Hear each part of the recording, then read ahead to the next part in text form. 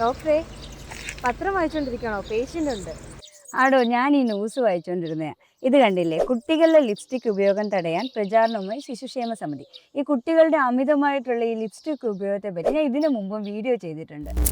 ഇത്തവണ മോൻ്റെ സ്കൂളിൽ ഓറിയൻറ്റേഷന് പോയപ്പോൾ ഞാൻ അവിടുത്തെ കുഞ്ഞു പിള്ളേരെ കണ്ടപ്പോൾ ഞെട്ടിപ്പോയി. ഒരു 9, 10, 11 വയസ്സുള്ള കുട്ടികളെല്ലാം നല്ല ലിക്വിഡ് ലിപ്സ്റ്റിക് ഒക്കെ അടിച്ച് നല്ല സുന്ദരികളായിട്ട് വരുന്നു. സ്കൂളിൽ ഇത്രയും ലിപ്സ്റ്റിക് ഉപയോഗിക്കുന്നത് കണ്ടപ്പോൾ തന്നെ എനിക്ക് അത്ഭുതം തോന്നി. അപ്പോൾ മോൻ വന്നപ്പോൾ ഞാൻ ചോദിച്ചു, മോനെ ഈ കുട്ടികളൊക്കെ ലിപ്സ്റ്റിക് അടിച്ചുകൊണ്ടാണോ വരുന്നത്? അപ്പോൾ അവൻ പറയാം, അമ്മ ഓരോ പീരീഡ്, ഫസ്റ്റ് പീരീഡ് കഴിഞ്ഞ് സെക്കൻഡ് പീരീഡിന് കയറുന്നത്, സെക്കൻഡ് പീരീഡ് കഴിഞ്ഞ് തേർഡ് പീരീഡ്, ഇതിൻ്റെ ഇടയ്ക്ക് എല്ലാം ഈ പിള്ളേർ ഇതിങ്ങനെ തീർക്കുന്നതാണ്. കുട്ടികളിൽ എത്രത്തോളമാണ് ആ ലിപ്സ്റ്റിക് അഡിക്ഷൻ എന്ന് നിങ്ങളൊന്ന് ആലോചിച്ച് നോക്കിക്കേ.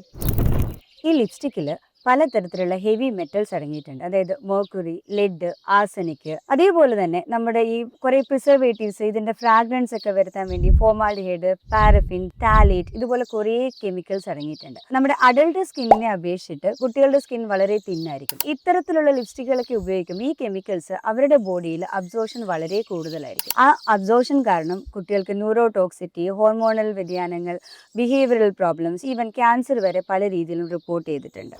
ഈ കോസ്മെറ്റിക്സിൻ്റെ ഓവർ യൂസേജ് കുട്ടികളിൽ ഒരുപാട് ഹെൽത്ത് പ്രോബ്ലംസ് ഉണ്ടാക്കുന്നുണ്ട്. ഇത് തടയാൻ 2 പേർക്കാണ് കഴിയുന്നത്. ഒന്ന് പാരൻസിനും, രണ്ടാമത് സ്കൂൾ ടീച്ചേഴ്സ് അല്ലെങ്കിൽ സ്കൂൾ അധികൃതർ. സ്കൂളിൽ ഇതിന് വേണ്ടിയിട്ടുള്ള ബോധവൽക്കരണ ക്ലാസ്സുകളും മറ്റും സംഘടിപ്പിച്ചു കഴിഞ്ഞാൽ കുട്ടികൾക്ക് ഇതിൻ്റെ തെറ്റും ശരിയും മനസ്സിലാക്കിയിട്ട് അവരെ നമുക്ക് നേർവഴിക്ക് നടത്താം. അപ്പോൾ കുഞ്ഞുങ്ങളാണ് നമ്മുടെ നാളത്തെ ധനം, അത് മറക്കരുത്.